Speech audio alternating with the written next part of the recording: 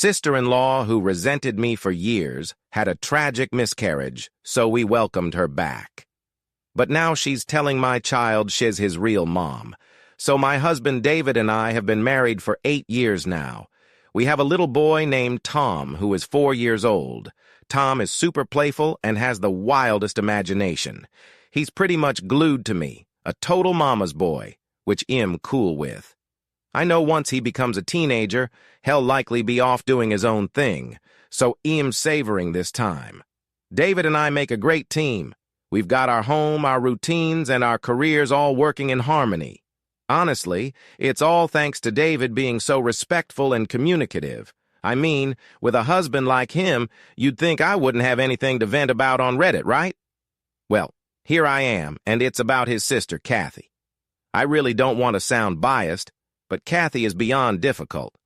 She's been cold to me from day one, and that hasn't changed at all, even after years of marriage. I remember when David and I started dating, he warned me that while his parents would be cool with me, Kathy would probably give me a hard time. Boy, was he right.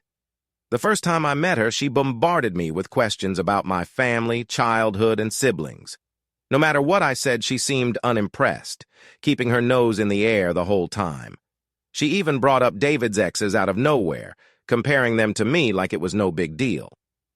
At dinner, she invited David to join her and her girlfriends on a trip, saying he needed to clear his head before getting serious. That was super weird, and I got pretty annoyed. David noticed and asked her to back off, but he was way too polite about it. Sometimes his soft approach to setting boundaries with Kathy drives me nuts. I guess his affection for her makes him a bit lenient. After that initial dinner, I knew Kathy and I would never be friends. It's Saint. But I wasn't about to bend over backward to win her approval. Despite everything, I still tried to be polite whenever we met, but she never made it easy. One incident that stands out was at David's grandparents' anniversary party. We had been dating for a year, and I was his +1. His family was so welcoming and friendly, except for Kathy. She didn't say a word to me. During the group picture, she loudly told me to step out, saying David might break up with me and she didn't want one of her brother's bimbos in the picture. I was mortified. David tried to argue, but she kept cutting him off, calling me a random stranger who shouldn't even be there. I was so embarrassed that I left the house to find my car keys, intending to leave immediately. David and his parents rushed after me, apologizing profusely. His mom begged me to stay, but the moment was ruined. I overheard David's grandparents scolding Kathy, which made me feel even worse for disrupting the celebration. That night, I seriously considered ending things with David, but then he showed up at my place with flowers and pastries, apologizing and telling me how everyone had reprimanded Kathy. He had even threatened to cut ties with her, which made her cry. He genuinely wanted to make things right, and I felt reassured. After that, David kept his promise. We stopped seeing Kathy and he ignored her calls. When she started showing up unannounced, he changed the locks and had his parents talk to her about respecting our space. His parents supported us, so Kathy had no choice but to accept it. We thought this might make her rethink her behavior, but it backfired. She began calling and texting me, leaving threatening messages. The final straw was when she came to my workplace demanding to see me. Thankfully, my manager kicked her out, but I was really shaken up. I told David that I was considering breaking up with him to escape his sister's harassment and even taking legal action against her. David was devastated, pleading with me not to end things and promising to handle it. He convinced his parents to intervene as well. So there was this meeting at David's place with Kathy, where they had what turned out to be their final serious conversation. David's parents were already aware of the stuff she was pulling on me and made it super clear they wanted absolutely nothing to do with her anymore. David and his folks warned Kathy that her behavior was borderline nuts, and if she didn't stop, they'd back me up in taking her to court. I'm not sure how, but Kathy finally broke down and admitted she needed help. She opened up about spiraling out of control and confessed to losing her job a few months back, which was messing up her mental health even more. Thankfully, David's parents stepped in and got her admitted to a psychiatric hospital immediately so she could get proper care. David made it clear he didn't want to keep in touch with her, which Kathy finally accepted. She sent me an apology text, but honestly, it felt kind of half-hearted. Still, I hoped she would get better. When David and I got married, we decided not to invite Kathy, even though she seemed to be doing okay after being discharged from the hospital. She did send me flowers and a congratulatory note, which I appreciated. Right after we got back from our honeymoon, Kathy announced she was getting married.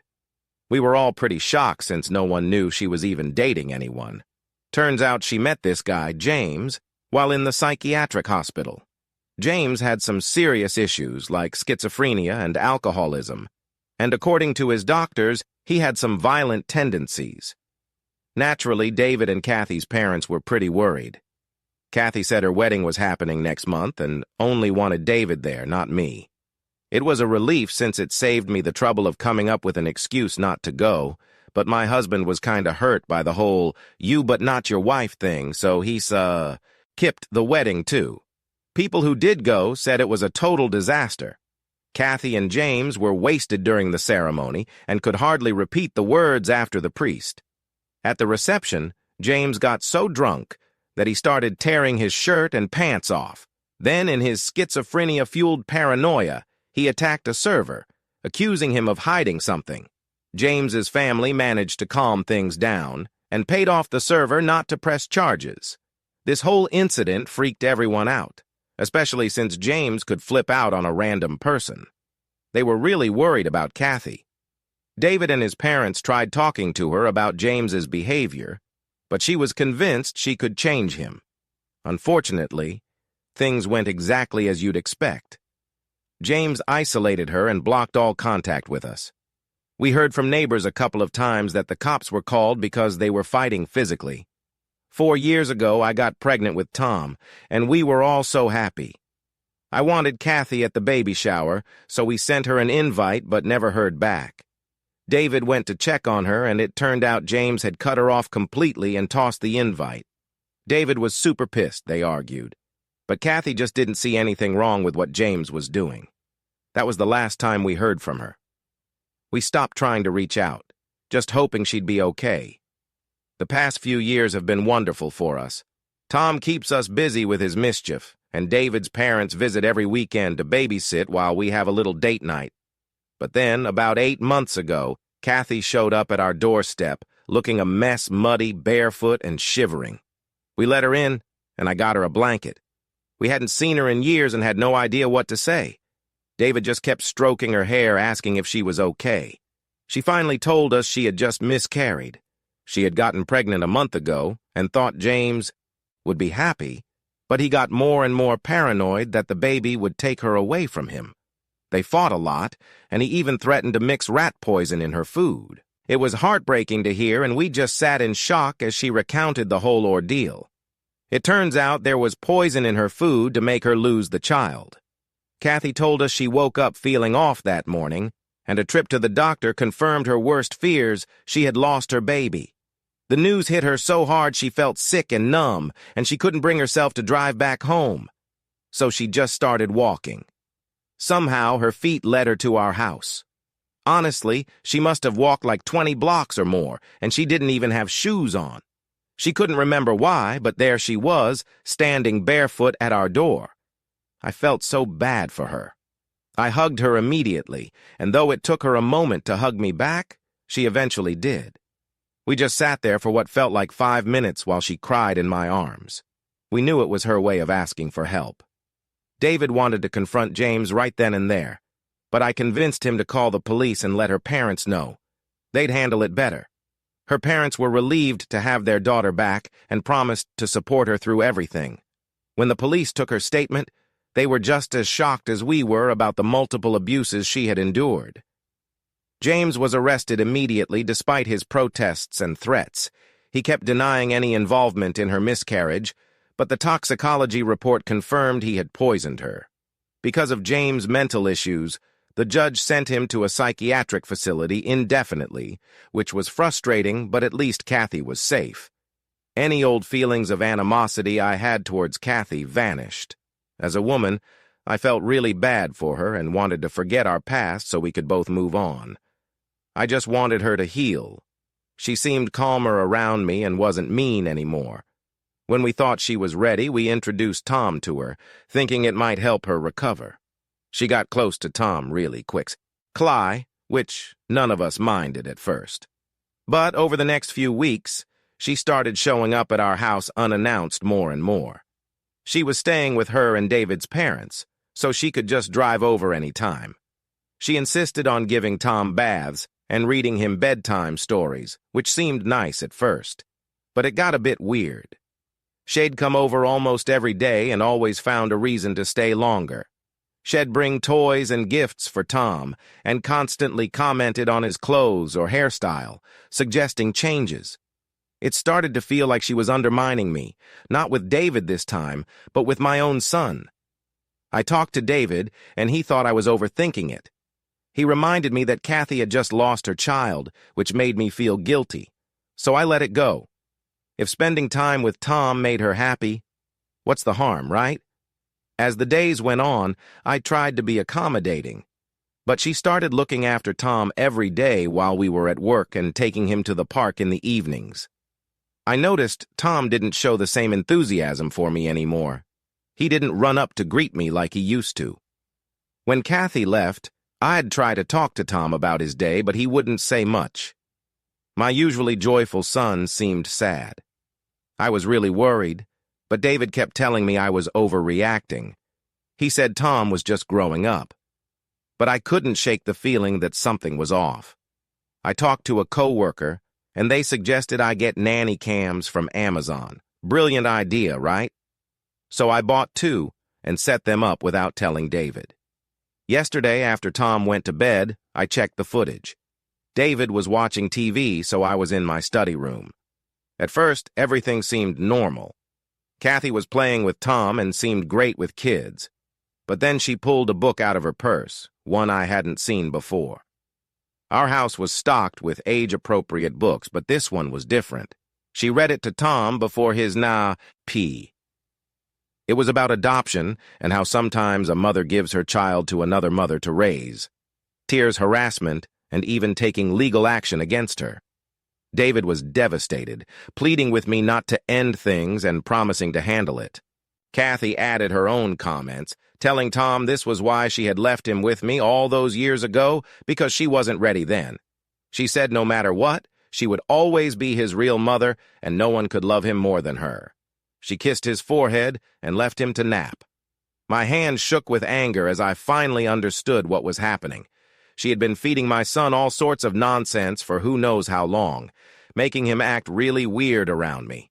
This poor kid must have been so confused, not knowing what to believe. I was on the brink of storming downstairs to demand that my husband never let his sister, Kathy, into our place again. But then, something made me pause. Instead, I decided to take a day off work, to spend some quality time with my son, and figure out exactly what Kathy had been telling him to mess with his head. When I told Kathy today that she didn't need to come over and babysit, she totally freaked out, insisting that she loved spending time with my son. I firmly told her to back off because I wanted a day just with my kid. My son David asked me if I was feeling okay, and I reassured him that everything was fine. I just needed a break. Later, I took my son to his favorite park so we could have a blast. We had pizza, laughed, and just enjoyed each other's company. I wanted him to feel safe and happy before bringing up the conversation that was on my mind. When I finally asked him about what he and his aunt had been talking about, he got really quiet. I promised him he wasn't in trouble and that he could tell me anything. That's when he spilled the beans. He told me how Kathy had been trying to convince him for weeks that she was his real mother. Even though he didn't really believe it, she would tell him that I would eventually leave him because only real mothers love their children. Because of her constant badgering, he felt scared to ask me about it, worried that I might actually kick him out. He told me he loved me and didn't want to go live with Kathy. Hearing that broke my heart. He looked so small and vulnerable, a far cry from the joyful boy I knew so well. I got down to his level, gently took his hands, and assured him that everything was going to be okay. We would get through this together. I hugged him tightly, feeling the weight of his fears and pain. I felt like a total failure for not protecting my son from this psycho. I assured him that he had nothing to worry about and that David and I would handle it. Then he dropped another bombshell. David already knew about all this. I asked what he meant, and he said, "I asked Daddy, and he knows about this, but he told me not to tell you anything." The blood drained from my face as I realized my husband had chosen to protect his sister instead of our son. He knew everything and still did nothing. I couldn't let my son stay in that environment anymore. I packed our bags and called my parents, telling them we were coming over. Thankfully, they were very supportive and didn't hesitate to say yes. As I write this, I've already explained everything to them, and they're just as shocked as I am about what Kathy has been telling my son. When David called later, probably finding the house empty, I tried to sound as normal as possible. I told him I needed a break from our place and work. He sounded suspicious, but I assured him I would just stay with my parents for a few days. We rarely fight, so he didn't think much of it, even though my behavior must have seemed odd. I'm so torn right now. I have no idea what to do or how to confront this situation. Am I doing the right thing by distancing my son and me from my husband's crazy sister?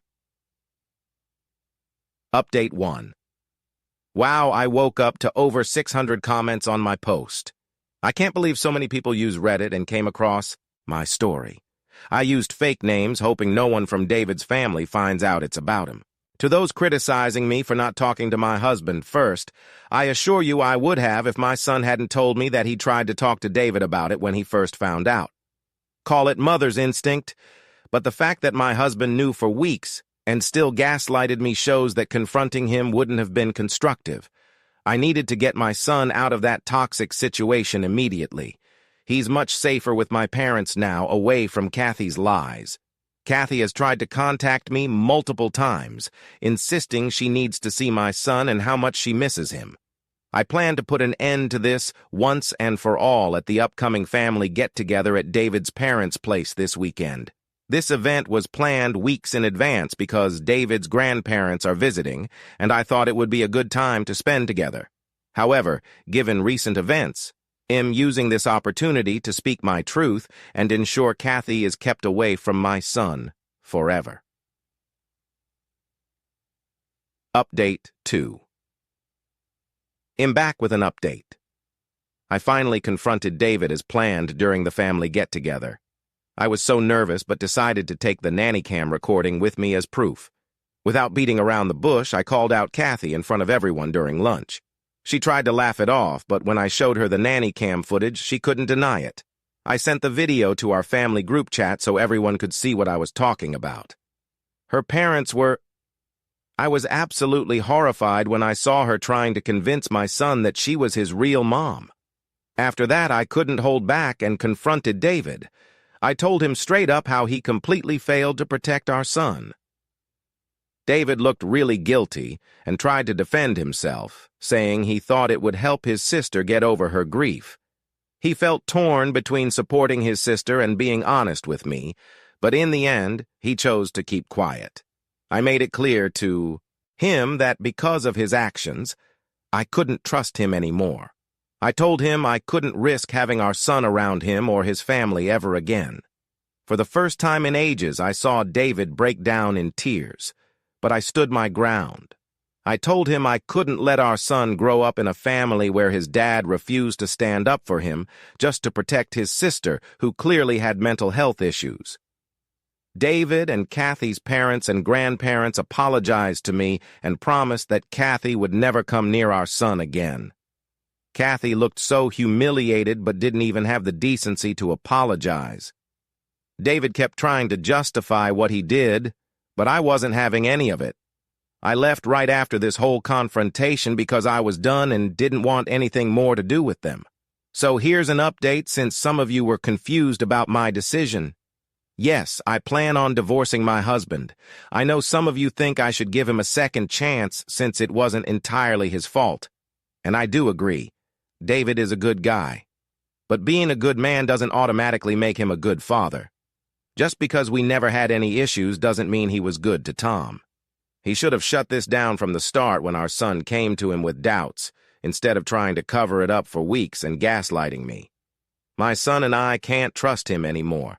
I initially welcomed Kathy back into our lives after what she went through because, as a woman, I felt sorry for her. But this incident proved exactly why I never liked her in the first place. I understand that Kathy went through some major trauma, but that doesn't mean our son should suffer for it. She's a grown woman with obvious mental health issues, but we thought she was getting better. What shocked me the most was David prioritizing her well-being over our son's. It shows why he shouldn't be around Tom. David was always such a supportive husband, and I thought I could rust him. But what happened with Kathy showed me he was more focused on protecting her than our family. From now on, I promise to protect my son no matter what. I'm confident I can get full custody of him if I bring up his family's history during the custody battle.